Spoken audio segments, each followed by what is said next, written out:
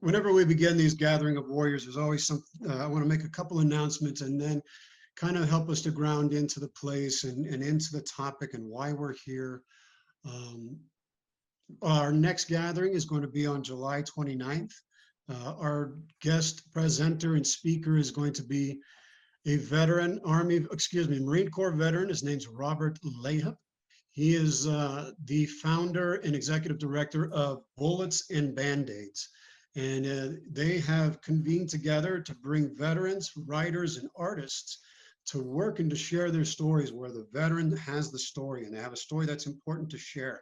And so they assign them to an artist, a writer who starts to write down their story and pick out the elements and the pieces. And then they have an artist paint it for them to capture a moment, an essence of what that experience was. And they're doing this as an art touring group across different cities as a way of getting people to talk about these things and the experiences and to hear the veteran stories in a really unique and wonderful way. So that's going to be on July 29th. We'll be having that again from 7 to 9 Eastern Standard Time, 5 to 7 Mountain Standard Time. So I want to start this evening with some wisdoms, some ancient Chinese wisdom as a way to be able to ground us in. I will never seek or accept merely my own personal salvation. I do not want to receive satisfaction by myself. Always and everywhere I live and work, I will hope and strive for the universal salvation of all people and all creatures in the world, until all have been saved and freed. I will not abandon this world in sin, sadness, and strife.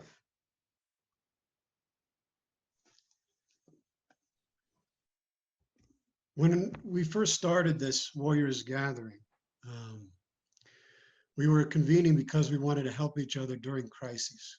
The pandemic had just hit, but we were facilitating, which I didn't realize, a deeper need, a deeper longing, a deeper need for connection, a deeper need to help us to work through this strife, to help us all to move and to be able to share in this communalization of our tragedies and our sufferings and being able to heal it together in community. And having done this online now for over a year, it's amazing what can happen. Well, the things, the connections, the healing, the expressions, the gratitude, the tears, the rejoicing, the celebration that can occur. And so it is important when we are warriors and we're the ones who often go into danger when most people turn away. We run towards that danger. We are the ones who have to see the things that most people can't see or don't want to see. And we participate in things that we don't necessarily want to do but have to do because we were ordered to do that, or we had an obligation to do that, or we believed in the cause we were fighting for. And then sometimes we're haunted by those memories. Sometimes we're haunted by those moments where we did something that may have violated our conscience, violated that sanctity of life, that sacredness, that warrior's ethos that says to only take life when it is absolutely necessary.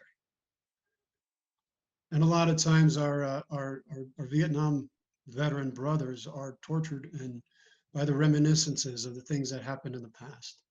And we forget the stories that happen afterwards. And we need to listen to these stories about who was affected by the conflicts that we engaged in so that we can become wiser and better people. So that whenever we're using force, it is with the utmost respect and reverence and only through necessity that we use it because it affects so many lives. These are wounds that affect us generationally. And if we don't listen to these stories of those who were affected by it, who were impacted by it, who were touched and were innocent, the innocents that were touched by our actions, we can fall into a pattern of doing this over and over again without realizing what we're actually doing. We need to open our eyes. We need to open our hearts. And we need to listen to the stories so that we can heal together as a world community. So with that said, I'd like to introduce my co-leader and co-facilitator here this evening, Chuck Blocker. Yes, have to remember to hit that mute button or unmute button.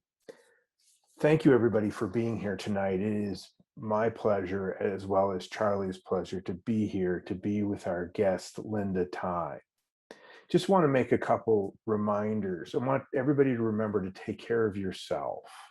If you need to get up and move around, or if you need to get a glass of water, if you need to shut the screen off because it's getting a little intense, do so. Remember that self-care is so important when we're dealing with our own work, our trauma, or just listening to others in our day-to-day activities. So please remember to take care of yourself. Also, just a little bit of housekeeping. Everybody knows where the chat is, down where it says chat. It's about the middle of your Zoom screen. If you need to, you can chat Charlie or I directly, especially around if something's really coming up for you. But also, if you want to speak and you don't want it recorded, or if you don't feel like you want whatever you're saying to be heard by others, please ask me. I will do it. I won't say anything. I will just make sure it happens for you. Or if you come to realize that you said something that's really just like bells went off, you can email Charlie or I later and we'll work on getting it taken out. We really want to honor everybody's confidentiality and honor your needs in this healing circle.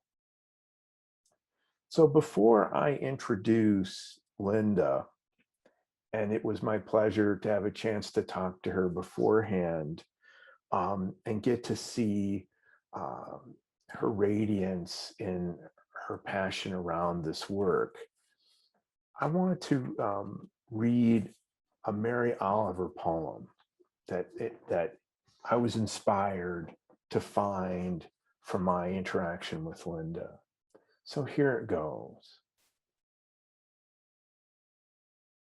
One day you finally knew what you had to do and began, though the voices around you kept shouting their bad advice, though the whole house began to tremble, and you felt the old tug at your ankles.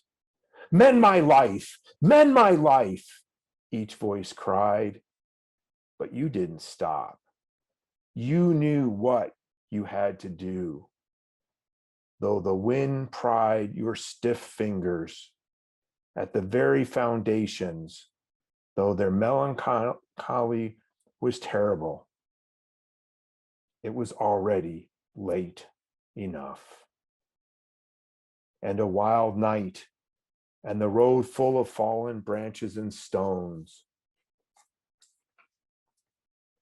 But little by little, as you left their voices behind, the stars began to burn through the sheets of clouds, and there was a new voice, which you slowly recognized as your own, that kept you company as you strode deeper and deeper into the world, determined to do the only thing you could do, determined to do the only thing you could do, determined to save the only life you could save.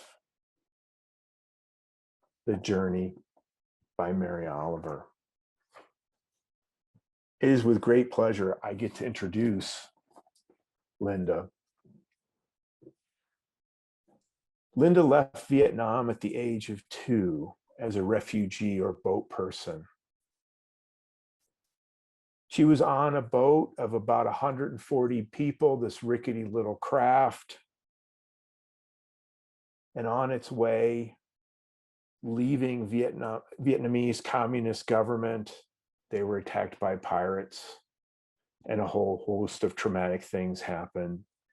They landed in Malaysia, and from Malaysia, they went on to Australia.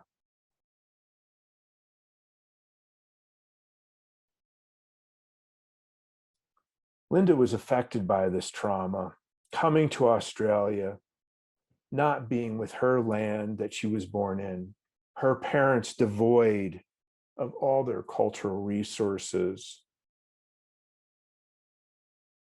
and in her own way denying her flight from Vietnam. Sorry, I'm admitting a couple more people. And during our conversation, Linda and I had, we came up with the hot potato theory.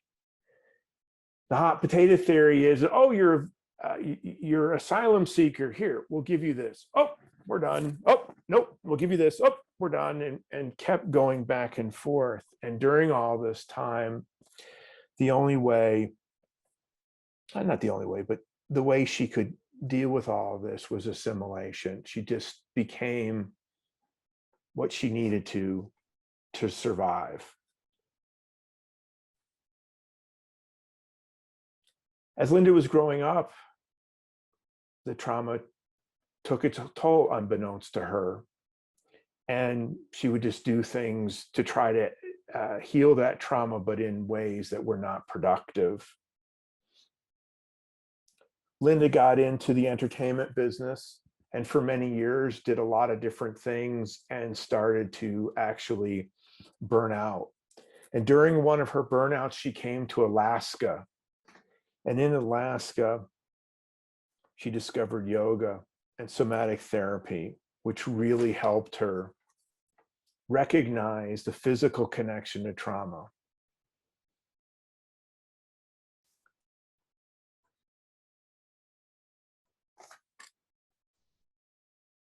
This trauma of leaving Vietnam, trying to be a part of Australia, influenced her to get her master's degree in social work. And let me say that in my conversation with Linda, it was not something she had planned to do. This was not a vocation she sought.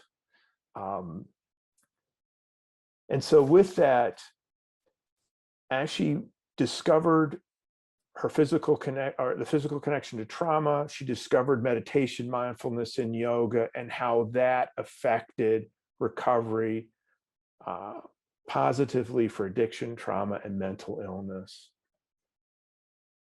You know, as I was getting to know Linda a little bit through reading about her, it's like, wow, here's some of the things that she has done and is doing. She's served the addiction and trauma community since 2012. She co-founded the first yoga and 12-step recovery meeting, bringing that mental work and physical work to trauma together. She works with the renowned psychiatrist and trauma expert, Dr. Basil van der Kolk. She's an adjunct faculty member at the University of Alaska in Fairbanks in their social work program. And that's just a few things. When I had a chance to meet with her, I got to see what's outside of her house. And it's such a beautiful place of nature and of calming effect. And so she really takes this physical interaction with trauma seriously. And then I have to ask Linda one question. On her page, I saw her with all these, I thought it was bok choy, but I could be wrong, but it looked like a salad of some sort. Are you a cook? I mean, a chef? And if so, can I have some too? So with that, I really want to introduce Linda Tai, and Linda, take it away. Thank you, Chuck. Thank you, Charlie. Chào ông, chào bà, chào bạn. Chào khách quý vị. Tôi rất mừng được đến đây nói chuyện chung với bạn, kể lịch sử của gia đình tôi. friends, thank you for being here today. I prefer to introduce myself the Alaska Native way, and this is something that I learned living here on the traditional lands of the Tanana Athabaskan people, that when you introduce yourself, you use your native language first. And then you say, my name is Linda Tai. My father is Tai Van Nam. My mother is Tai Yung Tu Ha. We come from the Soc Trang area of Vietnam, where the river meets the ocean. And depending on the tides, the water can be brackish or it can be sweet. I remember the first time I introduced myself the native way to some Alaska Native elders, and I just started crying because I so rarely get to speak the language of my ancestors. And then as I shared some of my story with them, and I was there to facilitate the group, they turned around and said to me, Linda, you've been colonized. We didn't know that about your people. And then I took that big, deep breath in and I realized, holy schmoly, I knew it as a historical intellectual concept, but it had never landed in my body until that moment. Today it was announced that 721 Indigenous children were found in Canada. And I notice and name my feelings that come up around that. And here's the thing, trauma is unspeakable. And what this means is that we stop telling the truth about what is happening. And yet in this space, I can now choose clean pain or dirty pain. And I have lived my life as a product of war. My existence in the West is a product of war. And as a result of that, I found a lot of coping mechanisms, dirty pain, to numb out, to avoid, to deny, to pretend, to whitewash myself and assimilate myself. Yeah. And then in July of 2014, I was at a Sex and Love Addicts Anonymous workshop. And at this point in time, I had been 2 years in recovery from drugs and alcohol. And so I had learned, about clean pain versus dirty pain. And I was no longer doing the things that were causing more dirty pain in my life. And I was beginning to reckon with the ways in which I had lashed out or lashed in, lateralized that violence that I had internalized. And at this particular Sex and Love Addicts Anonymous workshop, there were only, 5 or 6 of us. And this was a pivotal moment for me because it was where I could begin to reclaim the ways in which war has affected my identity and identity formation. And what happened at this particular workshop was that we did a ID meeting where you speak for 5, 10, 15 minutes about your life. And so the person that shared before me talked about the Vietnam War, coming back, the way the public treated him, alcohol, cocaine, sex addiction, love addiction, codependency, finding recovery. And in that moment, there was that thing in my throat that says, truth is unspeakable, stuff it down. Yeah. And I'd learned through recovery that I'm not defective, I'm protective, and I can choose to move towards the excruciating clean pain because that is healing. And so I spoke about our refugee journey, which I'll share with you in more detail about shortly. And I then shared about being raised by traumatized parents. Yeah. And then the codependency, the sex addiction, the drugs and the alcohol, and the workaholism, and the food. And then there was that moment afterwards where this group member and I just sat and looked at each other. And there was also another active duty member in that space.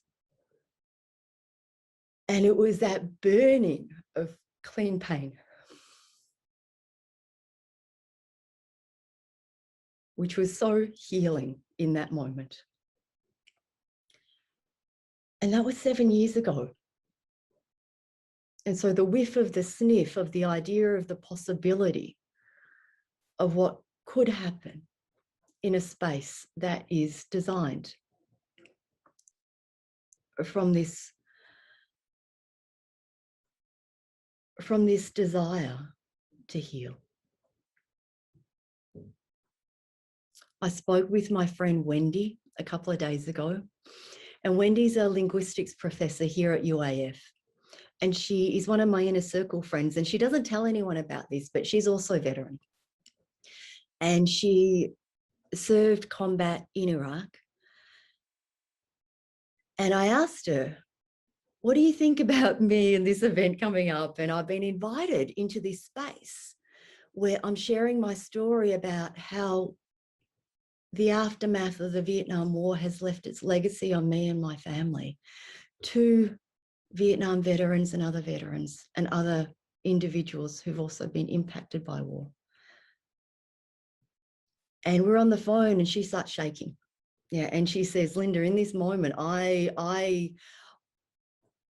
I'm thinking about hearing from Iraqi civilians about what it was like for them to have lived through bombings.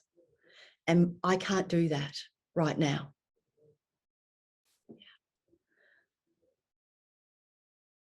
And I thanked her because that gave me perspective. It gave me perspective on those of you who are in this space, who are Vietnam veterans, the amount of work that you have done to be present here today, to hear me share my story. Yeah. And so my intention and my hope is not to further wound or reharm. Yeah. To not engage in dirty pain. Of blaming or shaming anyone. Yeah. It's to bring a piece of my humanity home to me and to offer that to you. Yeah.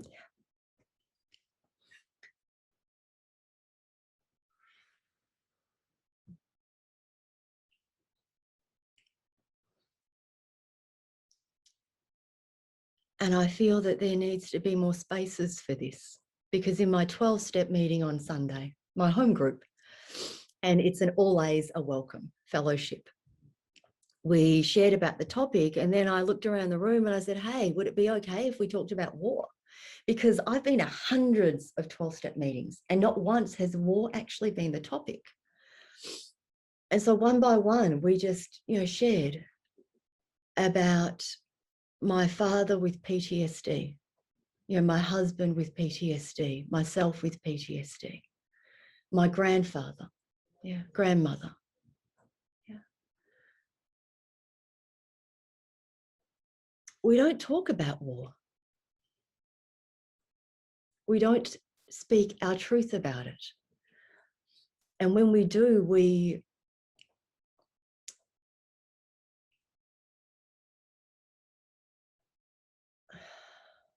glorify it. We minimize our own feelings about it as a form of self-protection. Yeah, until we're ready.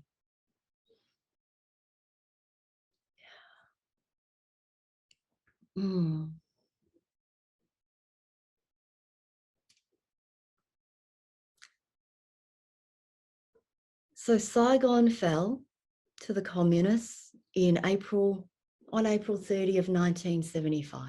The US troop withdrawal was 1973. And in 1976, so a year after the fall of Saigon, my parents got married in a little village called Ba Swing just outside of Suc Jung. And they had an arranged marriage, as is the custom in my family. And because we were very far south, there wasn't, there wasn't the sheer amount of military involvement in our region compared to other regions of Vietnam. And yet there still was. And my mother comes from a family of merchants and traders, and my father comes from a family of agrarian peasants. Yeah. And so there's no connection for my family or extended family to the South Vietnamese army or to the US military involvement. My dad is the firstborn son, and he actually avoided getting drafted by the South Vietnamese army by presenting his younger brother's birth certificates. Yeah, we just didn't want any part of it.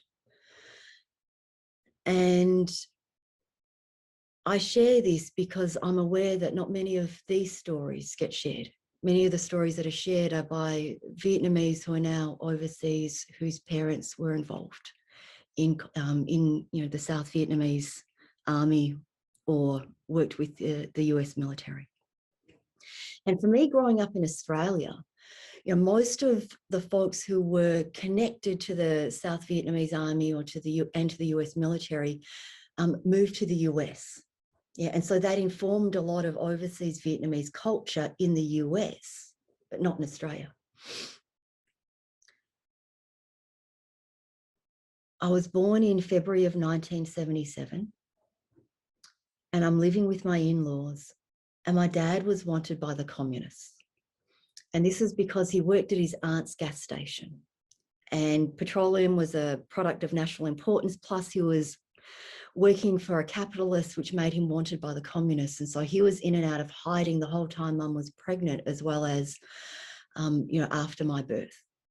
And he turns up one day and he says, "Hey, listen, we need to leave the country because I'm in and out of hiding all the time and I can't see a future for ourselves and for our family." And my aunt, the capitalist gas station owner. And if you've seen gas stations in Vietnam, they're tiny. Yeah, they're tiny. And she's tried to leave Vietnam 3 times, but she had her fortune read and her fortune card said, "Hey, you need to ensure safe passage for 2 of your nephews and their families for you to be able to leave Vietnam. So we have to go." And there was a lot of conjecture at the time because I was the firstborn child of the firstborn son. And my grandparents didn't want me to leave because I was so little, and my mother was 6 months pregnant, and the fortune teller said, "No, this is what the cards say, so we have to go." And so Dad and Mum packed us up in the middle of the night and took us to a harbour town. And so we're looking at 1979 by this point in time. And people are being sent to re-education camps. There's communist food rations going on. There are people who are disappearing. Yeah. So we live at this harbour town at Gan Tơ for about a month while the ship is getting built. And then we leave in the middle of the night. Yeah. And so the tides are able to carry us out into the open ocean.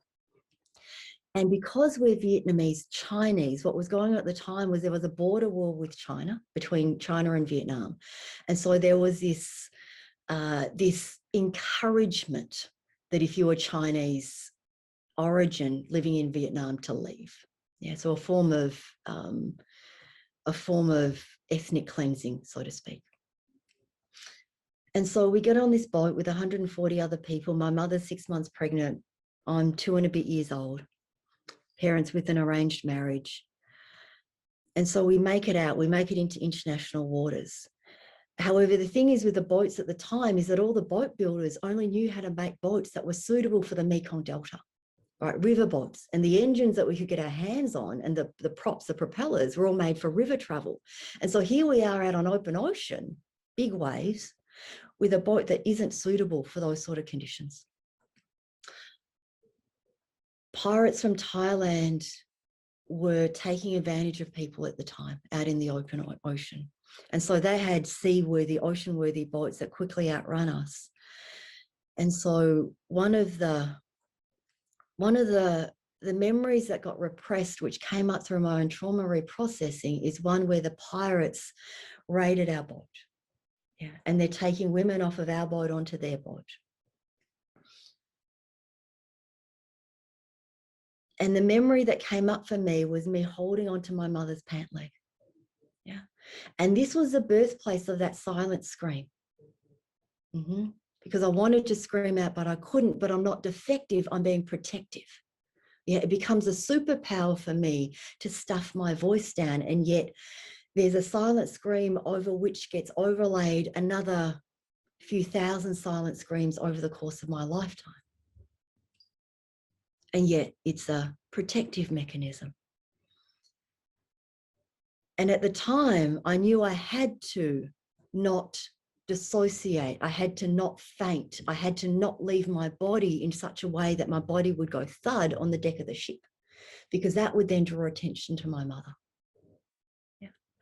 So I learned how to be in my body and the lights are on, but no one's home. And as a result of that, I spent my entire childhood quite dissociative, feeling like I was wrapped in a 6-foot wall of cotton wool where nothing could actually get in, but I couldn't quite get out either. And I still experience myself quite regularly being not quite here.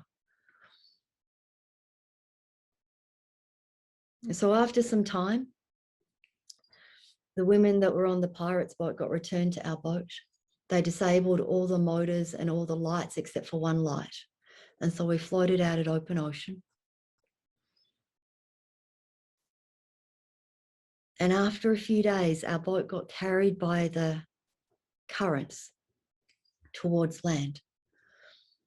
And as we get carried towards land, a storm starts to drag us in towards land. And we see a big floodlight, and the floodlight is like obviously trying to give us some sort of direction, like go in this direction. But this ship didn't know that we had no motors, we had no sails. Yeah. And so this storm, unfortunately, carried us towards shore, and our boat hits a sandbar. And so the boat is like heaving and holding on the sandbar. And my dad's 26, my mother's 19, she's 6 months pregnant, I'm 2 and a bit years old. And my dad sits me on my mother's shoulders and ties me on with a sweater. My mum sits me on dad's shoulders and ties me on with a sweater. And then dad jumps off this ship, into the ocean and swims with me to shore. Yeah. I'm able to keep my silent scream inside. Yeah. Because if I scream and breathe in through my mouth, I'll take in seawater. And at that age, it's not about me dying, it's about being a dead weight for my father. Yeah. Causing him to go down. So I'm holding on for dear life. Yeah. The rigidity in my body and my mind that manifests as chronic pain. Yeah. And yet, survival strategy. My mother stands on the deck of this ship that's heaving with her big old belly, and there's some young men in the water with those life buoys, and they're saying to her, "Ha, nyai di, go away, nyai." So she takes a big deep breath in and jumps into the blackness of the water towards these voices, and they swim with her to shore.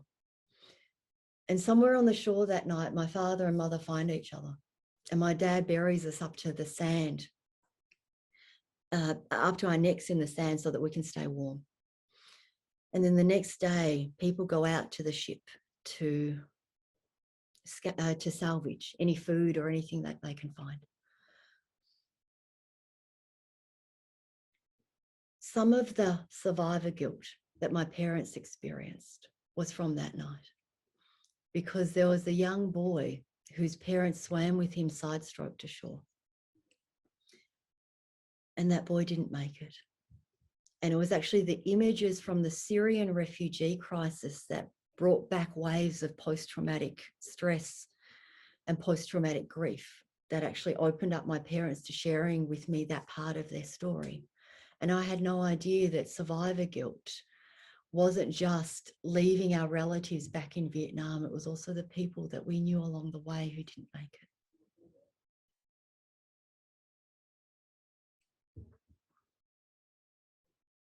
The locals are pointing. And so we follow the direction that the locals are pointing in, and we get to a refugee camp set up by the United Nations High Commission for Refugees and the International Red Cross. And that big floodlight that we saw, it was actually a Médecins Sans Frontières, Doctors Without Borders ship that was stationed off the coast. And so we lived in this refugee camp for 6 months. And my little sister was born there. And shortly after my little sister was born, while our paperwork is getting processed, my dad's out cutting firewood, and there's a tree that falls on his head. Yeah. And he's still got a soft spot in his skull these days. Yeah. From that accident.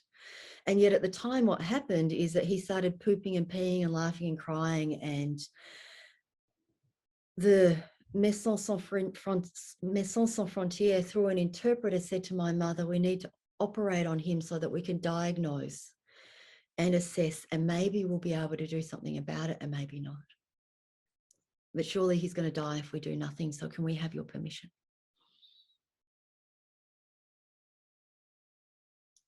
And so Dad goes onto this big ship to get operated on. And my mother,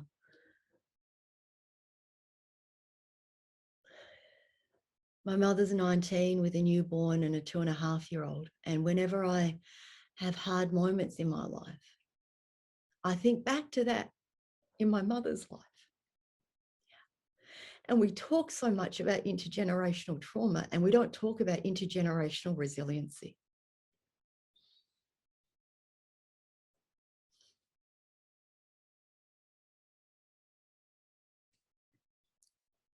My dad comes back.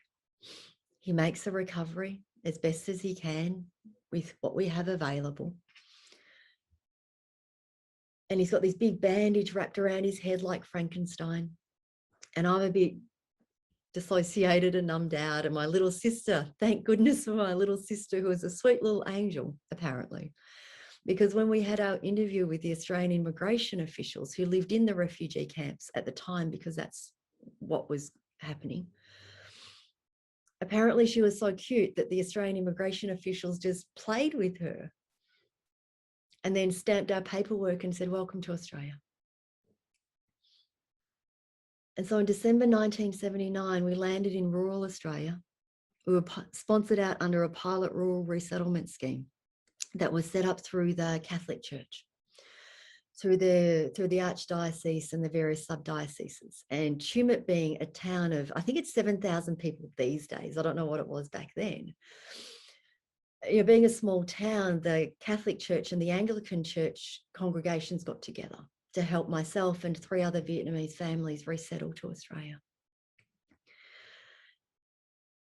People were so kind to us. Yeah. And yet part of my own journey of grief and reclamation has been recognizing what we had to give away in order to survive. And so some really well-meaning English teachers for my parents suggested that my sister and I be given Anglo-Saxon names because it would make our lives easier. And it has made our lives easier, and there's a loss that goes with that. Being somewhere where there are only 3 other Vietnamese families, and with some of the prejudice that my parents experienced, it became apparent that in order for their children to survive this new place, we had to let go of our old language and our old customs. It was a survival strategy. And I can hold the both and. Yeah, I can hold the good and the bad, knowing that life isn't that simple. And I'm always given the gift of reclamation by speaking my truth, knowing that my truth will change over time. And so the truth for my family is that my parents experienced traumatic homesickness. And so this is where my parents couldn't sing the songs of their ancestors, tell the stories of our people, because it would cause them to spiral into a trauma response. And as a child, what I made that mean was that there was something fundamentally wrong with me and with my people. And that gets overlaid on top of a cultural context where, as refugees, we were hot potatoed. Yeah, meaning, here, have some stuff. And I get that that's what people were willing and wanting to offer to us: food, housing, shelter, jobs, money, clothing, furniture. And yet, as a child, I learned to not make eye contact so that I could avoid seeing the shame and the guilt and the pity in your eyes of you not being able to attend to the wounds in my soul, because you're also not able to attend to the wounds in the souls of your wounded, returned family members.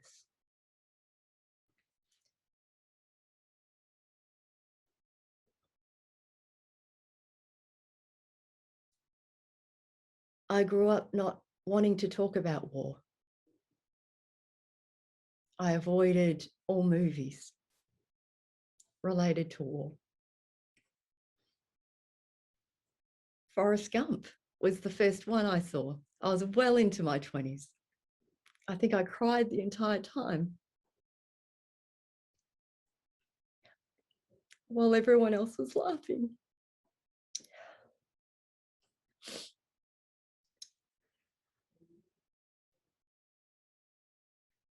And there's a bittersweetness that comes with reclamation, that comes with stepping towards the clean pain. And that also required that I address with love the imposter syndrome that I had forged and carved for myself.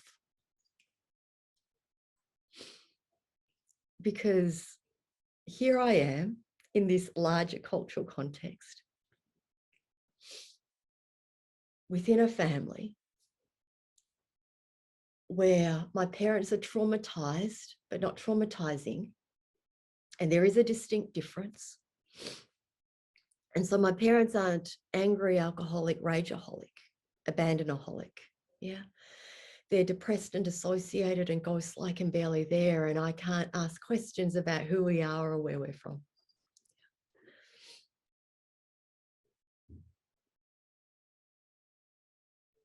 And yet there's still that piece of me that wants to find out the answers. Yeah. And so part of my imposter syndrome is being able to leave my body and go into my head and think things through and find the answer, like I did just then. And so when I go to college, or when I went to college, yeah, I actually studied modern Vietnamese and modern Chinese history in hopes of finding an origin story that would help me to make sense of myself and my life, because all of my family story that I've shared with you thus far has taken me my entire lifetime to piece together. Yeah. My parents would give me some of it, right? This auto-hypnoid storytelling where they're in a dissociated state and they're sharing some of their story, and it's in hopes of forming a connection with me and sharing with me who they are and where they've been. And yet I only get this much of the tape. And then when I ask more questions, it's a big blank wall. My husband's father is a Vietnam veteran. He served in Thailand and he programmed the planes to drop bombs on Vietnam. And I've spoken with my husband about this auto-hypnoid storytelling, because he would get the same thing from his dad, little bits of stories, but you can't ask for more. And so I endeavored to find more. I learned about the history. I learned about the politics. I learned about US foreign policy. And what was available 25 years ago, sorry, what's available now wasn't available 25 years ago, because now I can read an anthology of Vietnamese boat people, 17 different stories. I can connect now to other people who've had same, but different experiences. And there's beauty in that, because when your experiences are different from mine, I can actually see the thread that connects us, that allows a piece of me to come back home to me. But if your story is too similar to mine, I go into my trauma vortex.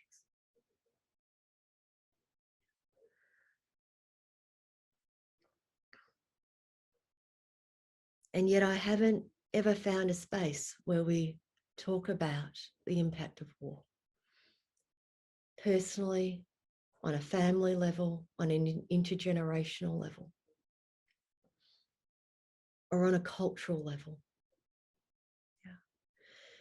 And here's the thing with trauma, is that trauma conflates things. Yeah. So I'll give you an example from out there and I'll bring it back to my story. I have a client who is homophobic, and we separated that out, that his childhood sexual abuse at the hands of a man has caused him to conflate homosexuality with pedophilia. Yeah. And so for most of my life, I've conflated war with military members. Yeah. And on the other side of my own journey through addiction recovery and trauma recovery and grief and reclamation, unlearning the survival strategies that I needed back then in order to survive.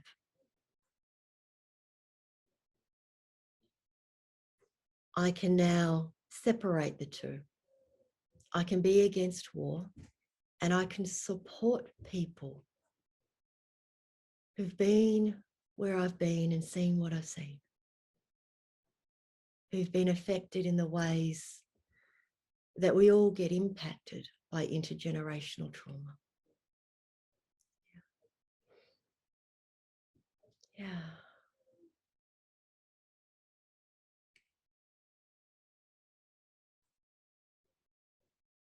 I remember hearing about, this was in Australia, I remember hearing about Australian Vietnam veterans going back to Vietnam to heal. I remember hearing those stories in my 20s and thinking, why would you do that?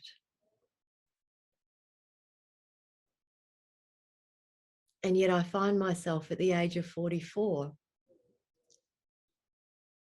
wanting to go back to the refugee camp.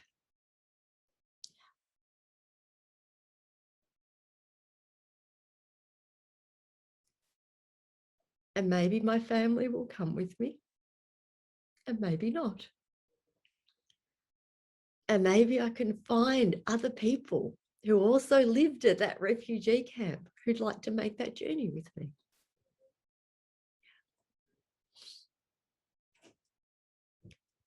Community is how we heal.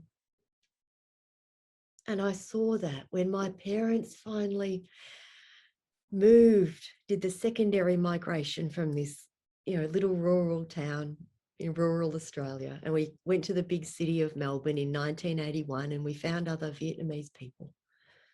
And we helped each other out. Yeah. We shared childcare. We language brokered for each other. We would hear about jobs or housing or other opportunities, and we'd share it with each other. And we wouldn't need to talk about what we'd been through. And there was real beauty in that.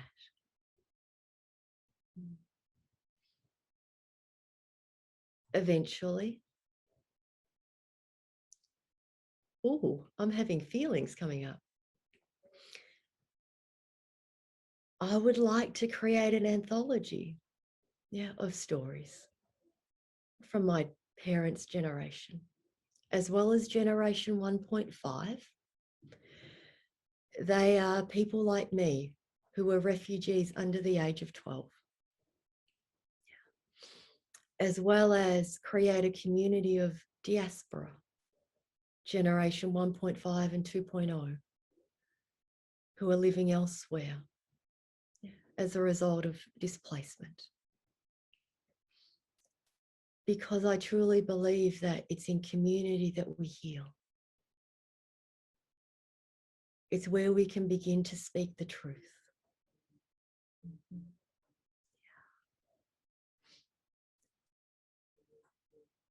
My dad ends up working at Nissan in the casting plant. He's a foreman there now. He's been working there for 35 years. And being able to go to the same job every day with the same people has healed those wounds that have been caused by living so close to the veil. My mother also worked as a factory worker. And she had to retire because of repetitive strain injury. And it was a struggle for her, the repetitive strain injury and pushing past, and her opioid addiction as a result of the way doctors treated pain back then.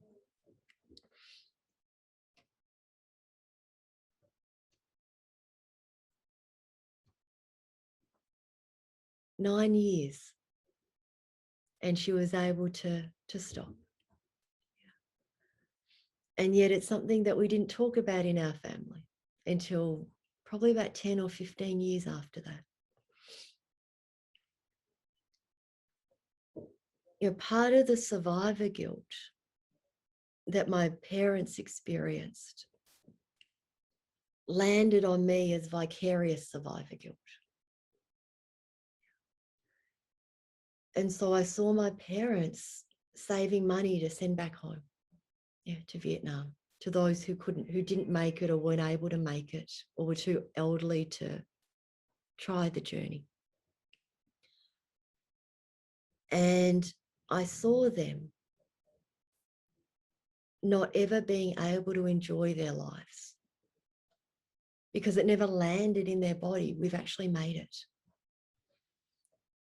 They were still living in survival and living in that dissociated state for which their workaholism, or it's not even workaholism, it's what we needed to do to survive. And yet I also vicariously inherited their survivor guilt. Because what happened for me with traumatized parents is that I never experienced them taking delight in me. I never experienced them being happy to be alive. I experienced the burden of needing to make something of myself and of my life in order to make sense of my parents' suffering.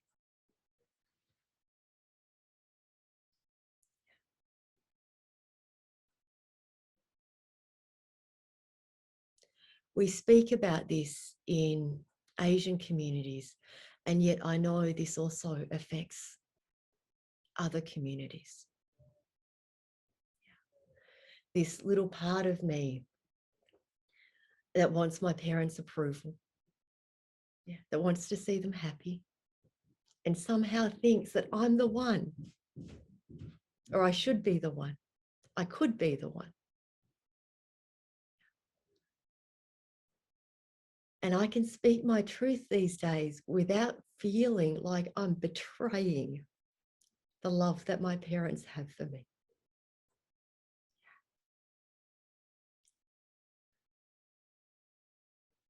And so this gift of stepping towards the clean pain is the gift of grief.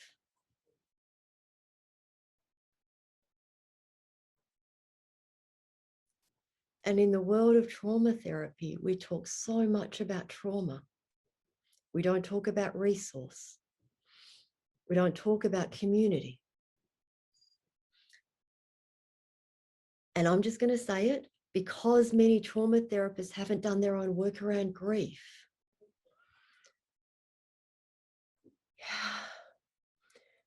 They're not able to hold the space for that when it comes up.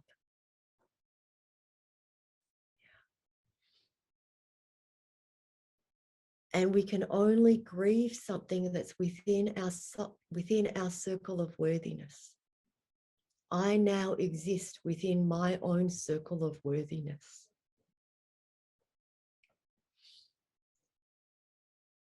And we can't grieve something that we can't name.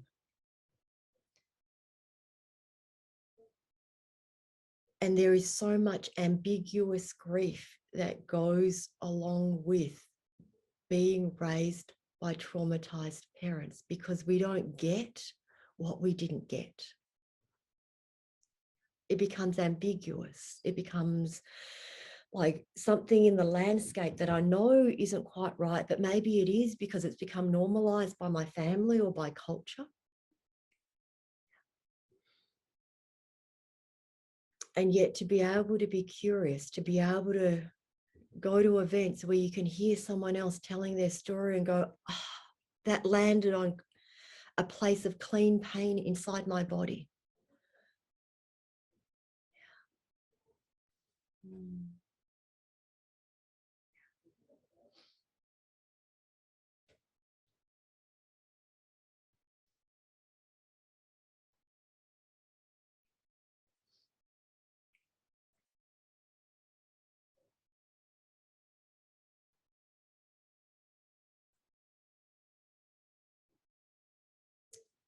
The poem that Chuck read at the start. One of my song leader, community activists turned that into a song.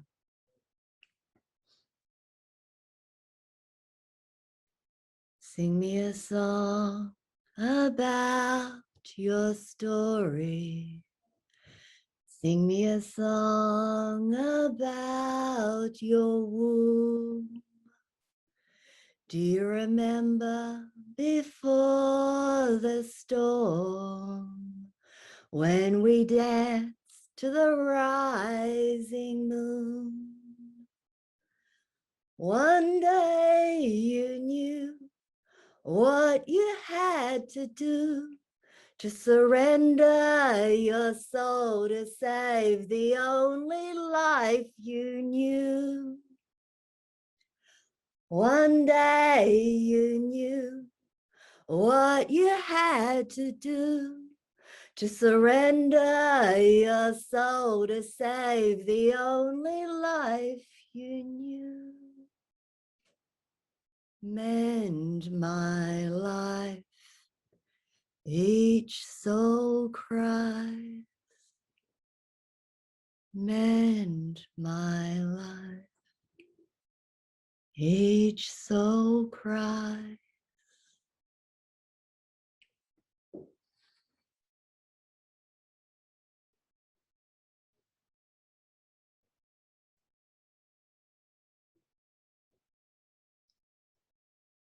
Whatever it is that's gotten you this far in life, that place inside of me honors that place inside each of you.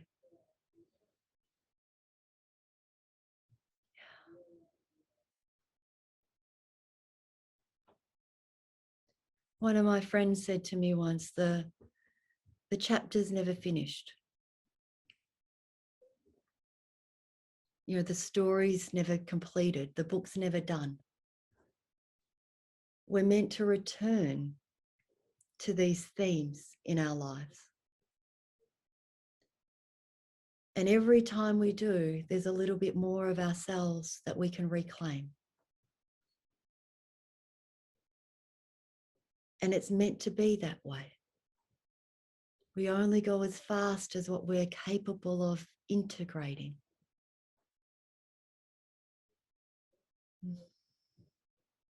We only go as fast as the speed of trust.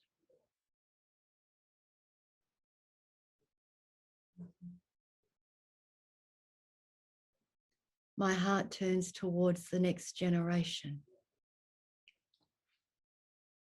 of people who seek refuge, the next generation of veterans.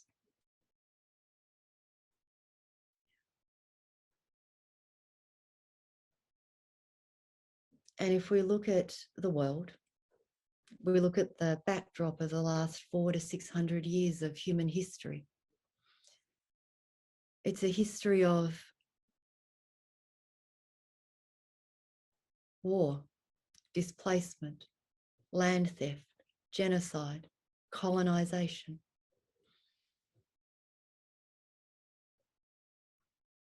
And the structures and systems that support that, so that it becomes normalized, which then results in us becoming disembodied, disoriented. There's a disruption of the natural cycles and rhythms of things.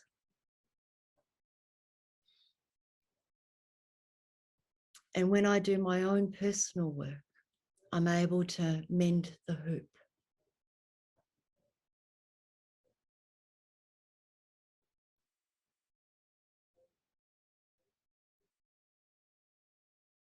For my parents,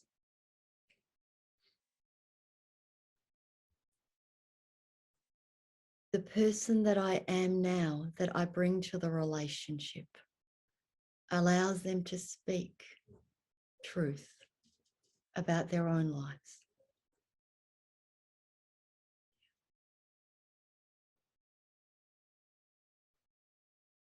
And I share that with you because I know that there are many people in this space who are looking for something to help their parents.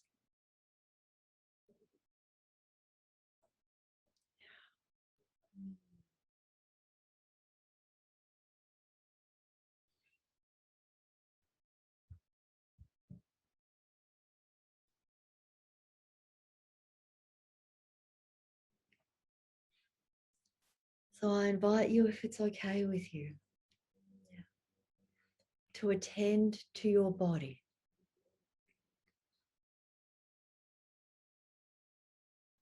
To offer some pressure, some gentle touch in the areas that feel appropriate for you. To look out the window,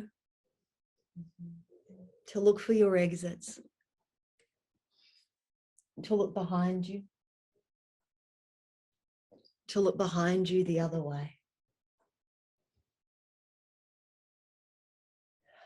to look above you, to notice the space between you and the walls around you, to notice the spaciousness as well as the objects in this space.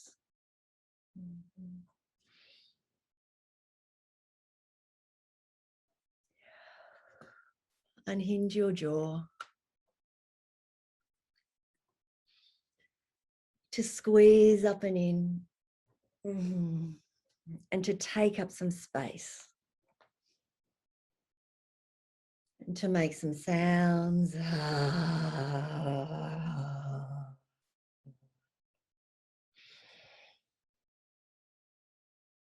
Because an animal that's in danger becomes small and very quiet.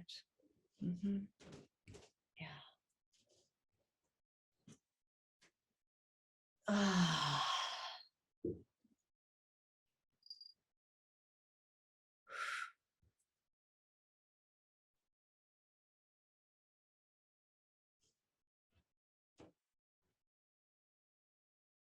Chuck and Charlie, where would you like to take it from here?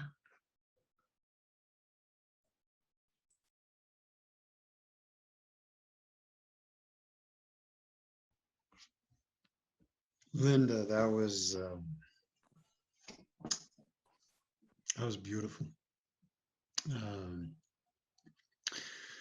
Your story resonates so deeply with me and our 1.5 generation that comes from being products of the war.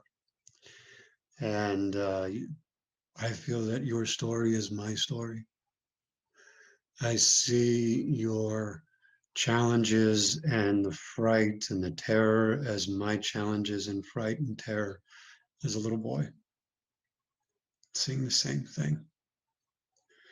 And when we can see our story in another person's, and you can see your story in mine, and we were oceans apart, and how that war touched us, and we weren't even a part of it. We weren't in the active part of it, and how it ravaged us in its own way and ravaged our parents, ravaged our families. And it's these stories that you shared with us. You've honored us, all of us. And I know I can sense that there are questions and people want to be able to open up. And I want to make sure that we open up for everybody to be able to share how they were moved and the things that I know they want to contribute and to ask you. But from my point, um, you have graced us all. And just to make it overt for some of the people in this space, Charlie, your father is a Vietnam veteran. Yes, yes. And most of the people, for those who don't know that, there are those here that do. My dad was a Vietnam veteran, fought 2 tours in Vietnam, and he was very much a part of it, very much um, during the Tet Offensive. He was there in '68 to '69, '70 during the thrust of the war. So um, yes, it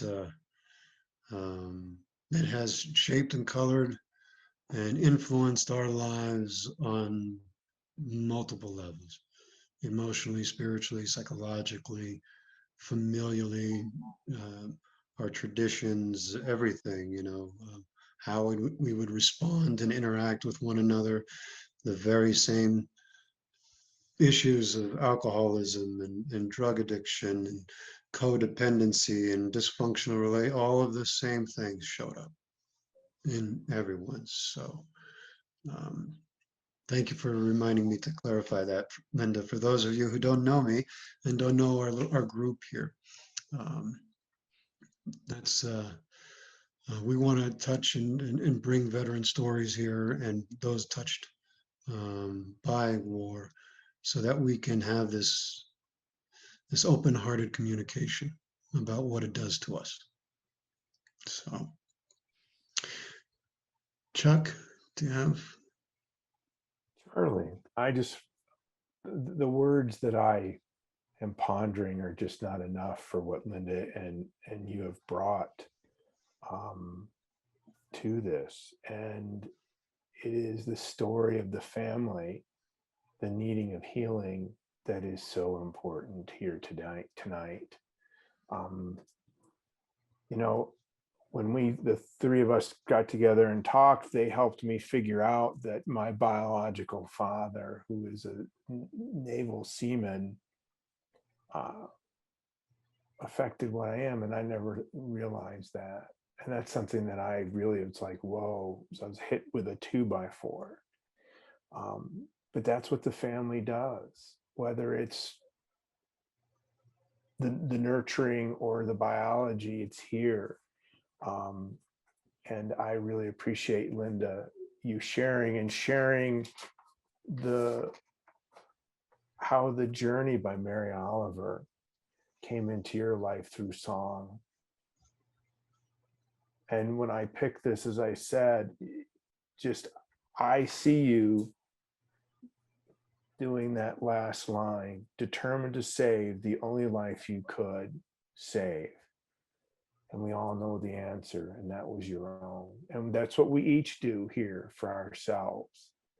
Mm-hmm. So I think, Charlie, we should open it up to questions. Mm-hmm. and see where we can go, and let's have a discussion, and then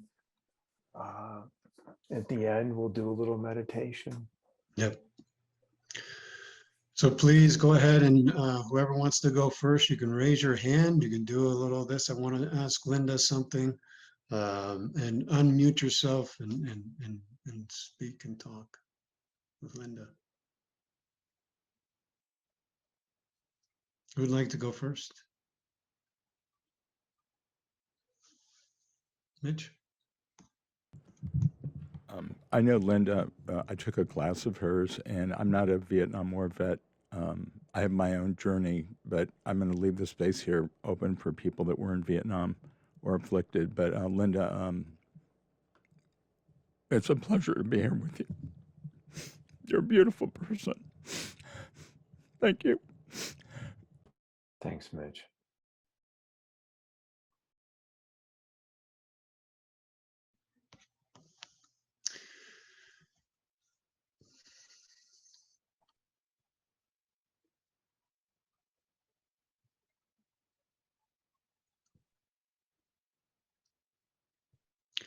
Okay.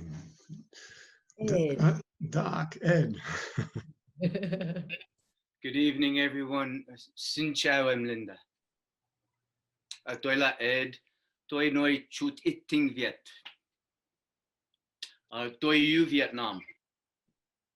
Hello, everybody. I speak a little Vietnamese, and I was greeting Linda in Vietnam and thanking her. Come on, right, you. Your story is very important. I am the age of Vietnam veterans. I was protesting the war, and the war has shaped my entire life. For those who don't know me, I am a healer, a peace activist, and I've been working with Vietnam veterans and now all veterans since the end of the war, before PTSD was even a diagnosis. But I actually would like to thank you very much for your story. And it is so important, as you were sharing, that we all recognize the transgenerational trauma. And it's been going on for, I think somebody said 600 or 700 years.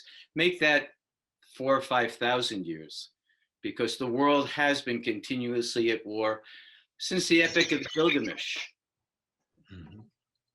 And with very, very little time for peace in between. So every one of us have inherited war and war trauma.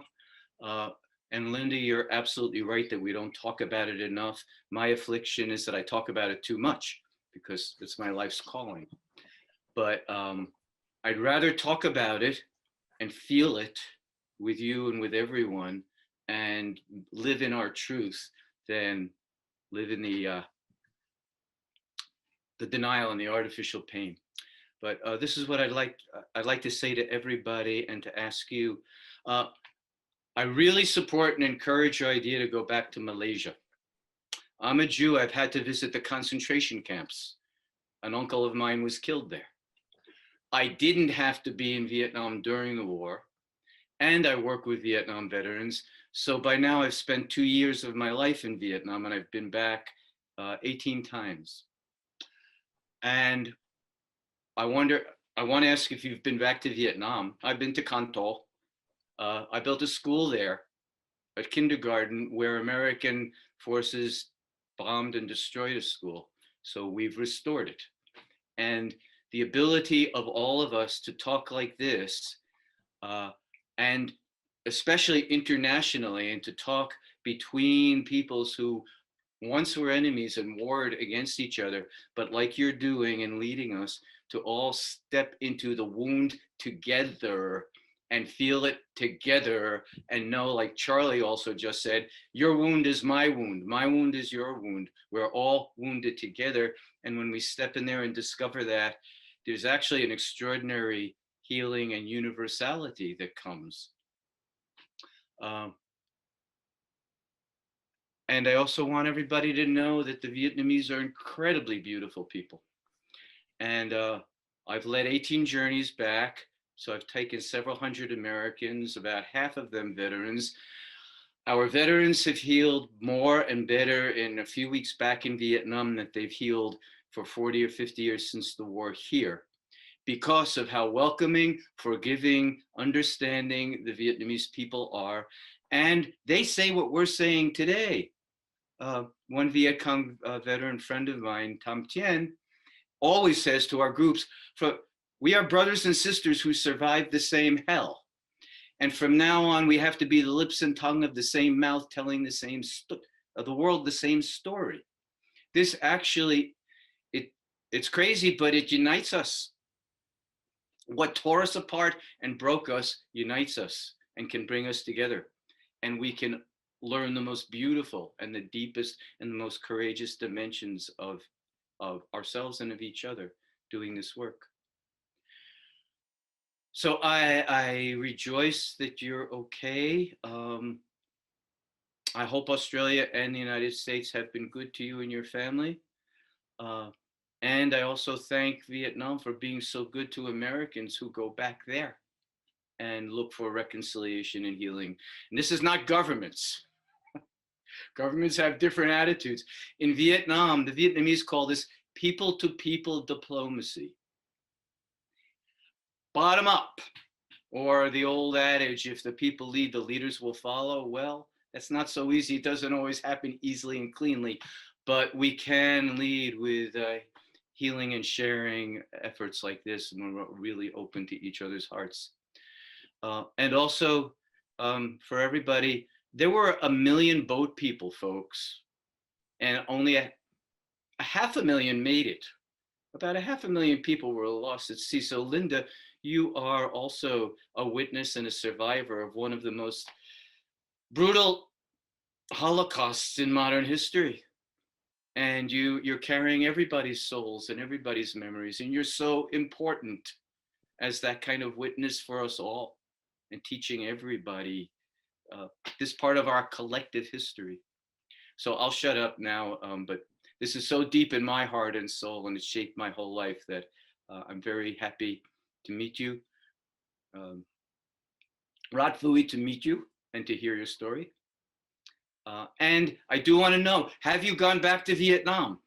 And if so, how has your experience as a Viet Q been in Vietnam, and how do you experience the Vietnamese people receiving the people like you and your family who were refugees?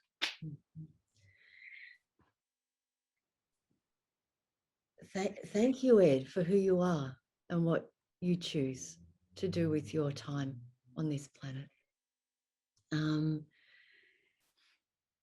Side note, about 2 years ago, I decided I also wanted to go to the Vietnam War Memorial in Washington. Yeah. And I actually attended this last Memorial Day via Zoom. Good. And one day I will go in person. So going back to Vietnam is a loaded question. And I know it's not from you, but 95% of the mostly white people that I meet ask me, have you been back to Vietnam, as an offhand question, as a way of getting to know me better. And it's like small talk for them. And they don't realize it lands on these big gaping wounds. And so I appease. And 95% of the time, the conversation becomes, I backpacked your country for 3 months and I had such a good time. Or I'm going traveling there, it's on my bucket list. Can you give me some tourist destinations? Yeah. And so I just want to say that out loud.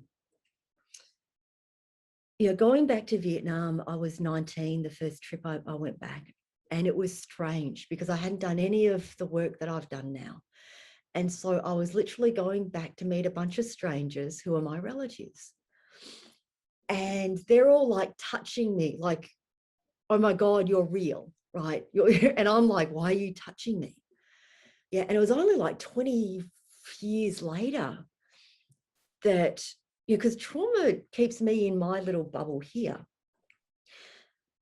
25 years later, I'm realizing that my parents left in the middle of the night. My grandparents weren't able to say where we were or who we were or that we'd even left because of the communist regime.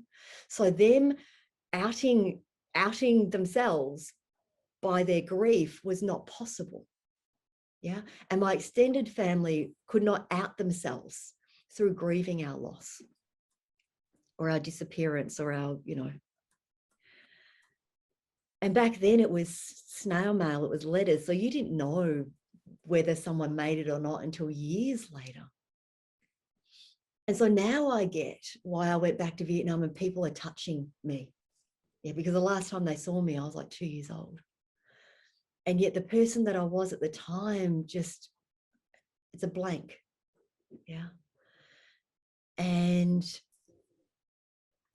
I don't go back to Vietnam so much anymore. It can be painful because what trauma does is it splits a generation. Yeah. And I see this amongst the overseas Vietnamese community because refugees come first and immigrants come second. They come later on. And so we don't leave our people behind. Yeah. So I land as a refugee, I become an immigrant in a new country, and then we sponsor our family members over because we don't leave our people behind. And yet for the younger generation who haven't lived through the Vietnam War or those early days of, communist regime, they don't get what it is that the older ones lived through. Yeah. And so there's this like generation gap that I see happening within the overseas Vietnamese community as well as within Vietnam. Yeah. And it's hard to enjoy myself when I'm there because I see the pain, the aftermath. Yeah. And I also see the possibility, right, for myself, because I go back to somewhere where my Vietnamese is obviously that of someone who was raised somewhere else. Yeah. And so it lands on that wound of not belonging. Yeah. And for a period there of time, yeah, I think it was from the late 80s through to the early 2000s, overseas Vietnamese were treated as traitors. Yeah, you left. Yeah, you deserted the country. You didn't help rebuild the country with communism, yeah, or whatever the party line was. Yeah, but that's changed now. Like I'm not treated as a deserter when I go back, and I'm not treated as a someone who doesn't get the hardship of what the people who, because there was a lot of hardship for the people who stayed in Vietnam through the communist regime. Yeah. Yeah, it's complicated. Yes. KC. Hello. Hi. Thank you so much for sharing your story. I come to this with my personal experience of my father was is a military member, my brother is also, and I think one of the biggest mind-blowing thing that I'm learning from this talk is the ability to separate being against war, but still being able to see like veterans and the people who participate in war compassionately. And so that's a little bit that has been difficult for me. And so I'm appreciating this new possibility for a new perspective. Sorry, it's a hard topic. So my question has to do with, it's easy to like extend that compassion to groups and containers like this with the warrior group and like mindful veterans and veterans against peace, to extend that compassion. But I also know that there are military people who are invested in violence and can be violent and perpetuate that. And like, as we experience what we're experiencing in the US and like a emergence of violence and people who support this worldview and structures, my question is about like, how can I continue to keep that compassion in my heart to extend towards that particular subset of military members. And my second question is, maybe like, as we continue in this trajectory in this country, like what is an effective way to affect change? Maybe that one's too big. Let's stick with the first one. Thank you. I'm done.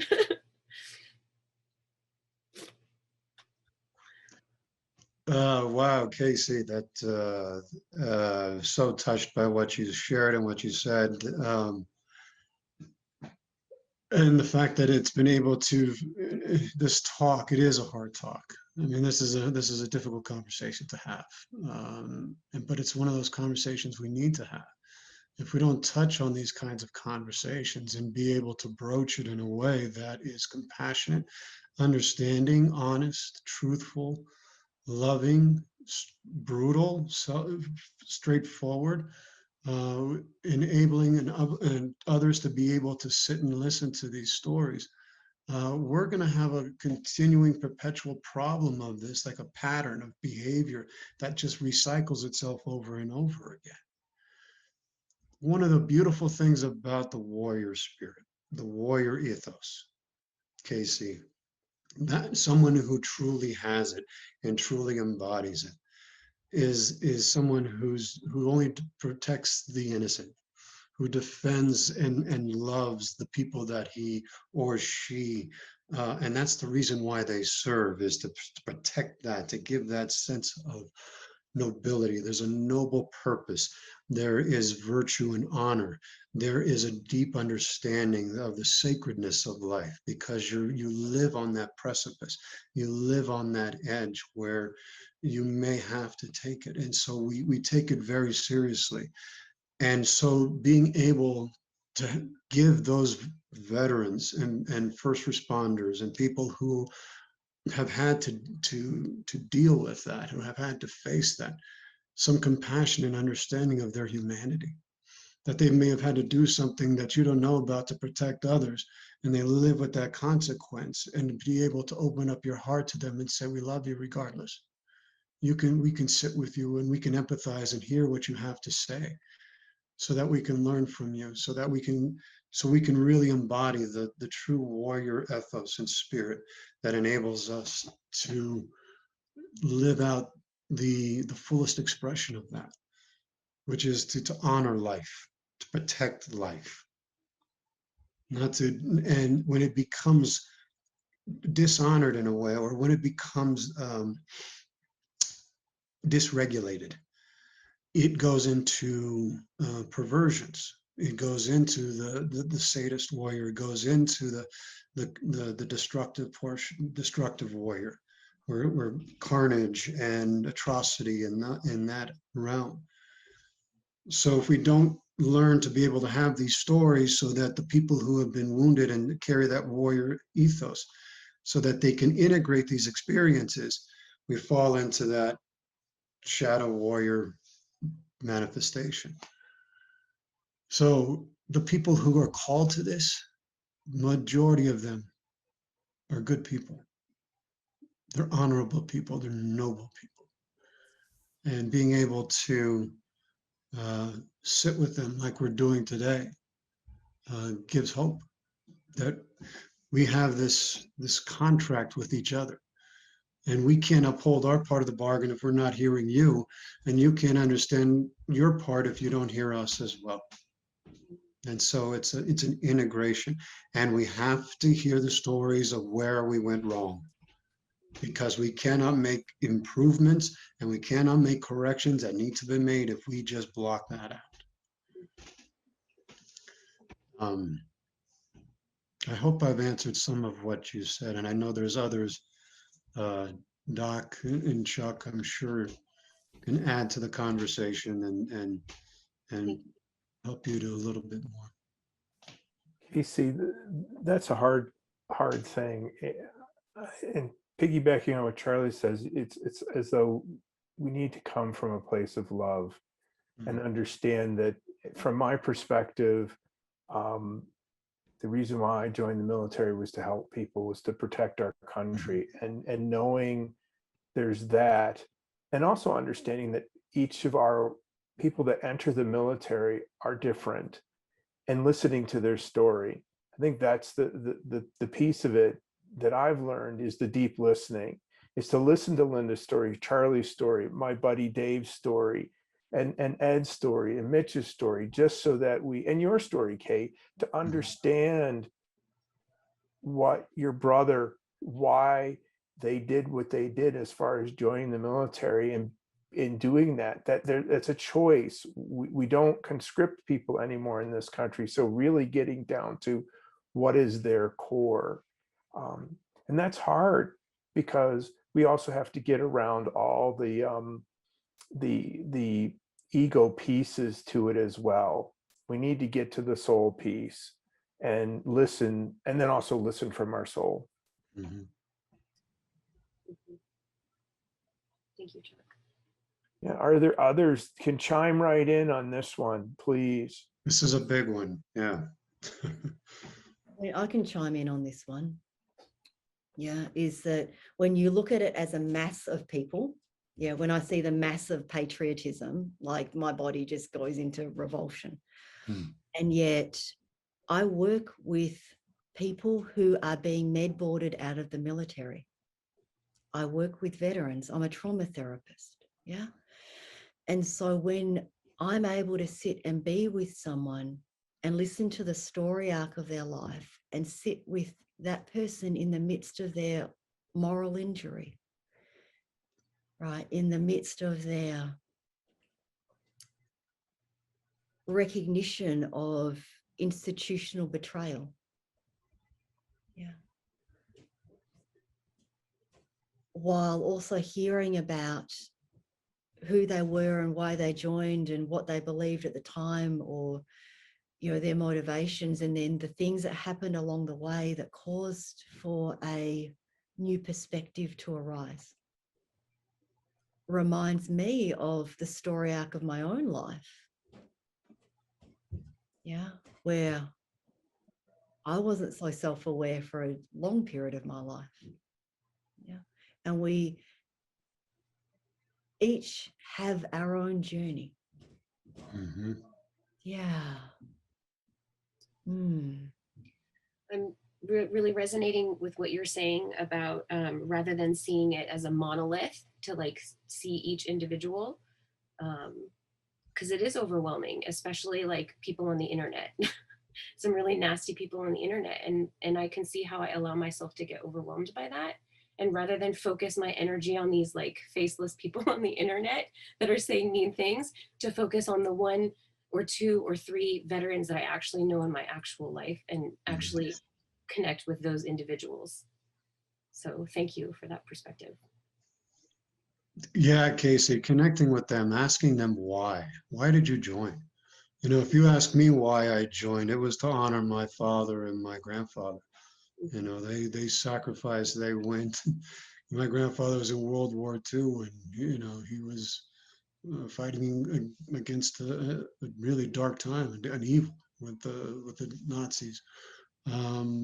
My father, served his time. It was a calling. It's something that calls deeply inside of you.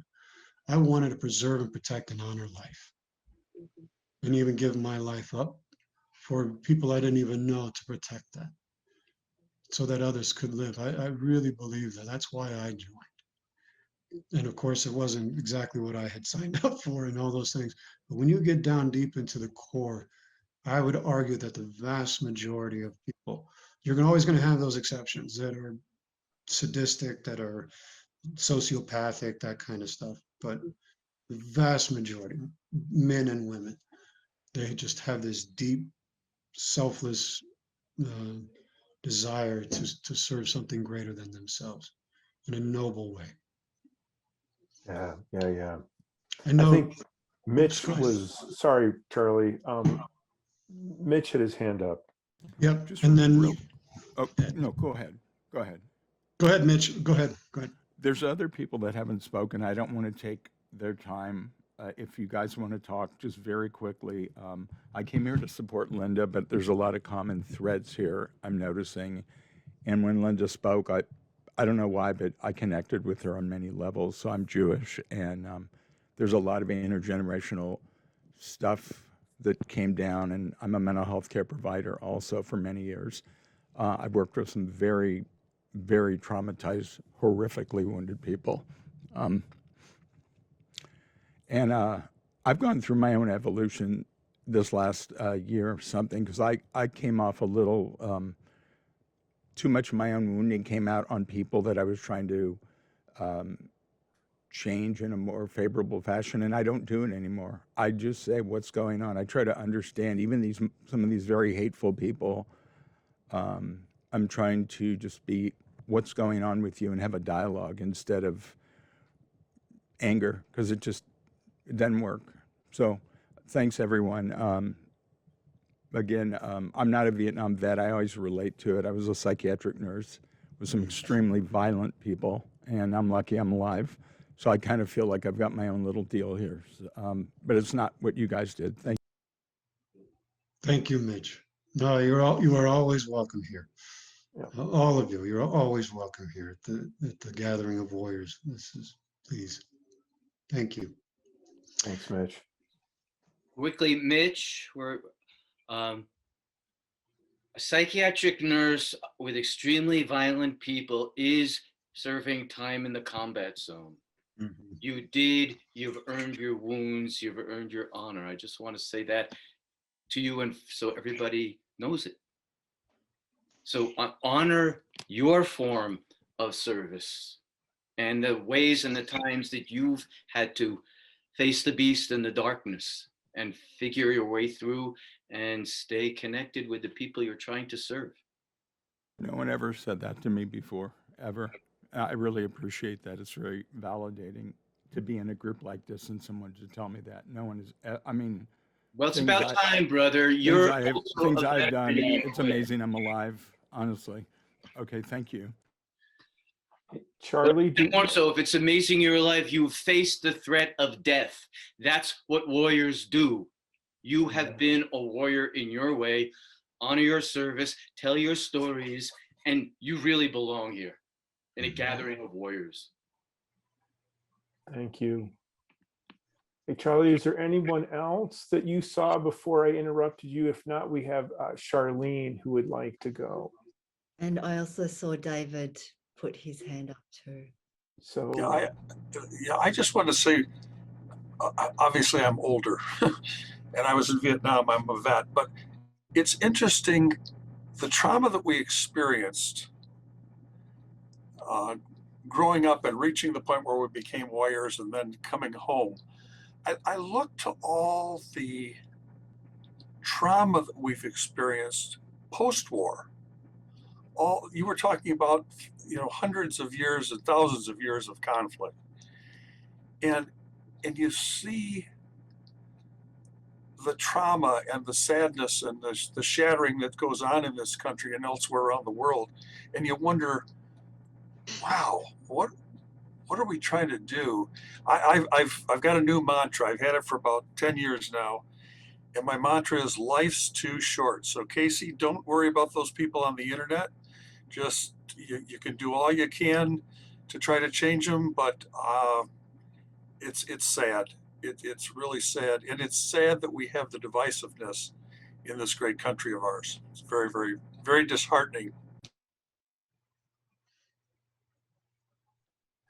thank you, Dave. So Charlene, I think it's Charlene Yeah. that you have. Yeah. yeah, I was just going to say, Charlene, your hand was up. Please ask your question. I just want to say thank you to Linda and everybody here. I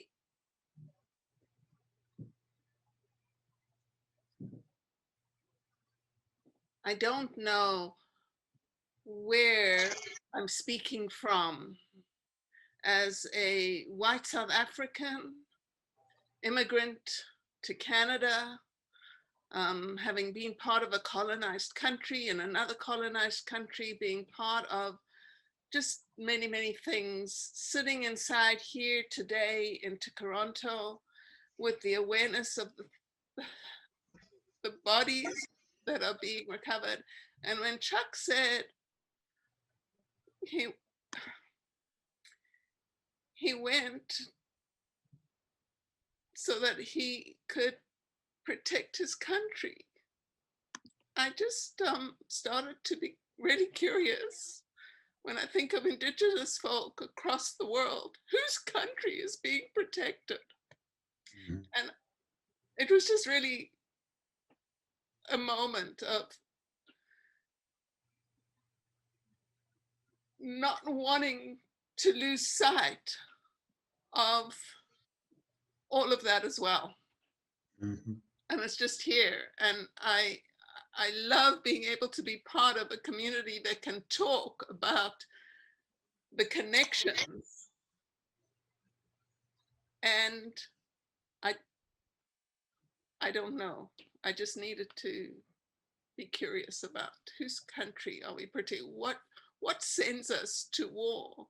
Who we fighting? Why are we fighting? What's the purpose of this fighting? And how does it grow up and how do we perpetuate it? It's all these different pieces. I'm just thinking out loud. Thank you. Thank you, So Charlene. beautiful. Yeah. So beautiful, Charlene. And I think you're echoing what a lot of veterans are feeling.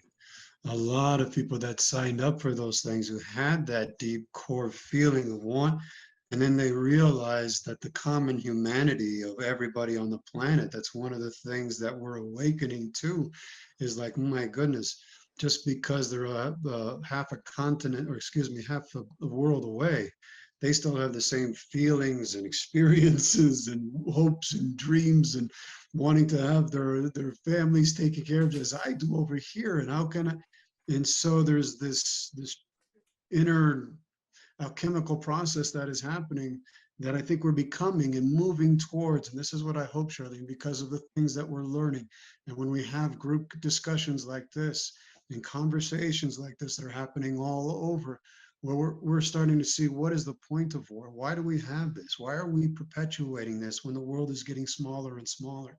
And we need to be having better ideas, helping us to come together as a humanity, as a common humanity to solve our challenges, not fight against each other. And I think eventually what we're getting to is to become a species that is incapable of using weapons against each other. I think that's where we're moving towards, where we will hear, and people in the future, our future generations will look back and hear about those things, those wars that we fought, and they'll be wondering, why did they do that? They'll be questioning and looking and trying to understand us. And I think that that's where we're moving towards, because of you and others like you asking these questions, forcing us to ask these questions, and forcing us to look at it, the truth in the face, and to see it for what it is. So thank you for opening that up for us as well. Yeah, that's really important to really do, is to ask the question, what country, whose country, what are you really trying to go and protect? Because I know for each of us, at least for me, it was everyone. And I never thought about the Indigenous folks until recently, and how I just assumed, and there it is, the assumption of things. But having this dialogue is what will help us propel us towards peace.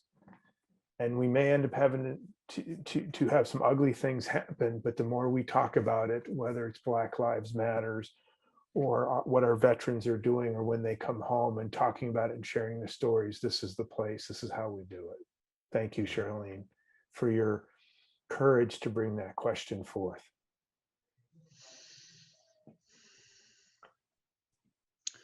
All right, folks, I think we're getting down to the close, to the end here. So what we're going to do now, unless there is a burning question inside that someone wants to ask Linda, she's amazing. I mean, you can just feel it, how much the lives that you touch, and it's amazing. I think if nobody has another question or anything to ask, Chuck will go into our meditation, and then we'll have some final closing statements and a final prayer, if that's all right with everybody. Okay. Thanks, Charlie. Tonight we have spent a lot of time down in the wound, hopefully cleaning it out. And as Linda talked about, the clean pain, and doctors have to debride wounds and have to do all sorts of things, and it hurts. And that's what we're doing tonight. And in the meditation tonight, I want to do a body scan. And I'd like everybody to really be aware of that area that has been affected by our conversation. And just as we get into it tonight, we'll go through the whole body. We're not going to want you to look at what might be buzzing, tingling, what might be have pressure, tightness, or temperature. I want you to notice. I want you to be really curious and open. So please relax, become comfortable as you can as we sit together. Please close your eyes. And I'd like you to use your breath as an anchor. And I'd like us all to anchor together as we breathe in, breathe out. As we breathe in, as we breathe out.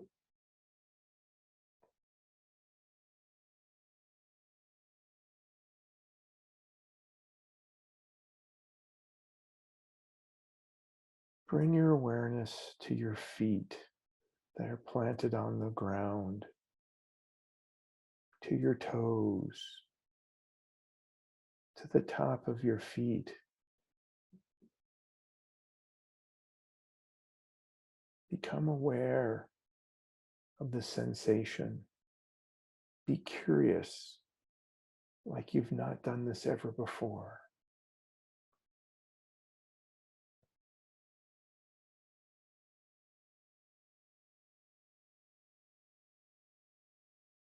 As you breathe in, you breathe out.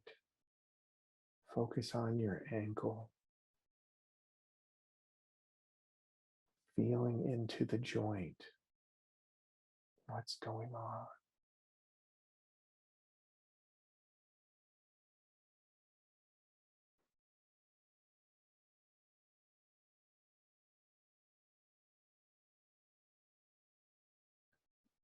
Now let's shift our attention to the legs. Just take a moment as you breathe in and breathe out. Start from the ankle and move your way towards the hip.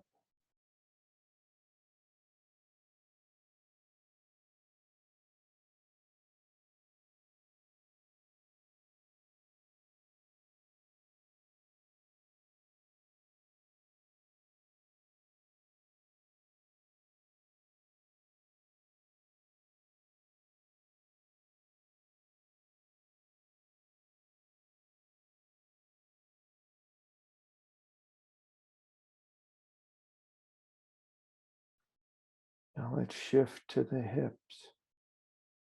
You have two of these, so spend some time in each one. Breathe in, breathe out.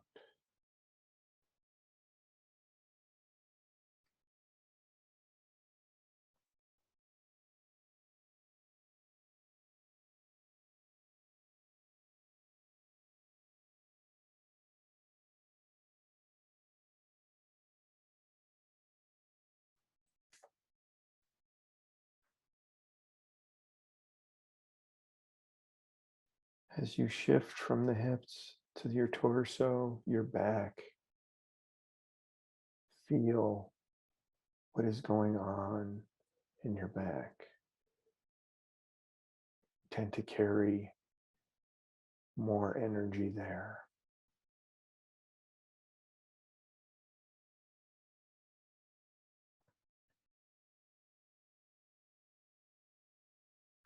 Next, Become aware of your chest, your abdomen, your breathing in and breathing out.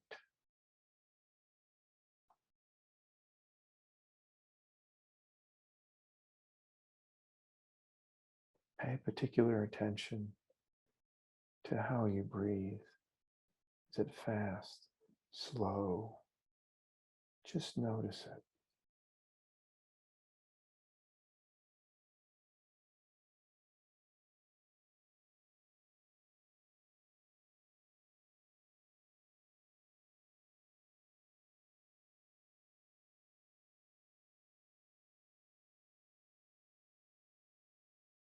Now become aware of your arms, your hands,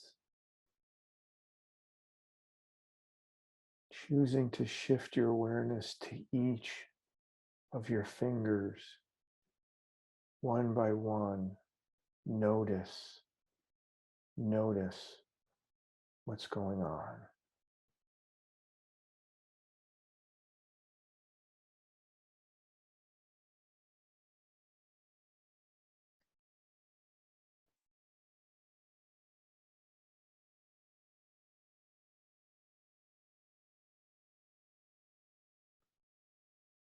Now let's go to the space of awareness within the shoulders. This place, there's typically a lot of tension and stress. So be aware of it. Be with it.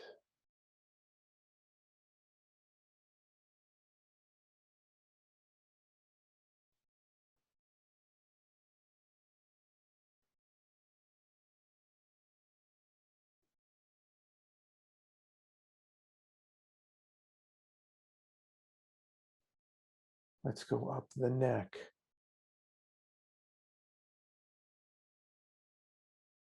Just be with what's going on in your neck.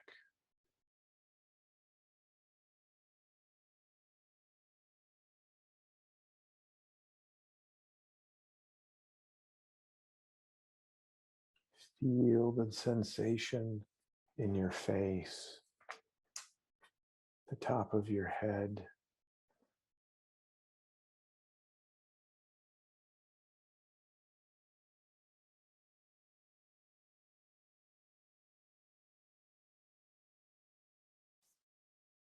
Now, as you did your body scan, if there was a particular place or sensation that you need to spend a little time with, spend that time now with that sensation.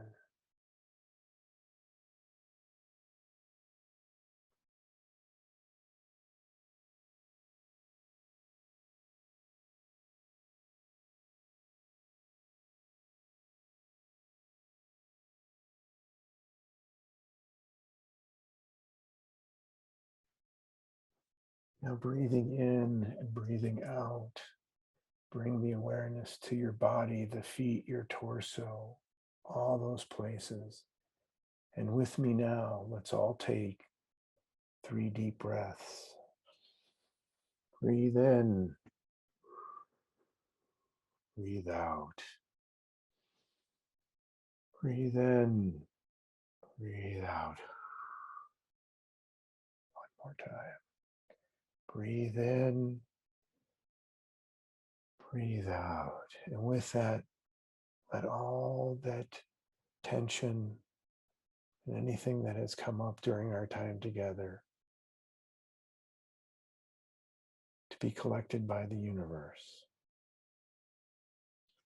When each of you are ready, please open your eyes and join us for our exit poem with Charlie.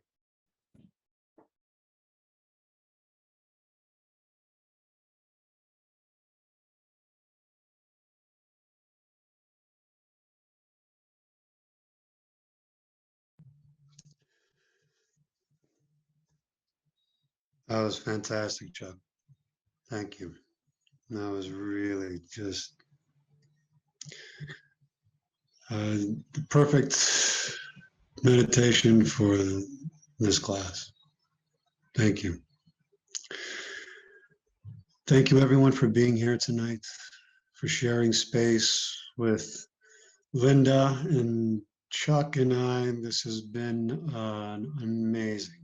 I mean, this exceeded any expectations I had of it. And Linda, thank you from the deepest part of my heart of you coming on and sharing with us your story and your triumph of what you had gone through in your family. It is a story that needs to be told and heard, and I know the veterans and others who are going to be watching this later are going to be deeply, deeply touched and moved, and they're going to feel your love for them.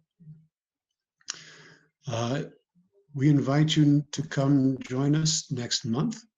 We will have another gathering of warriors. We're going to have Robert Layhup of Bullets and Band-Aids, which is about bringing veterans and artists and writers together.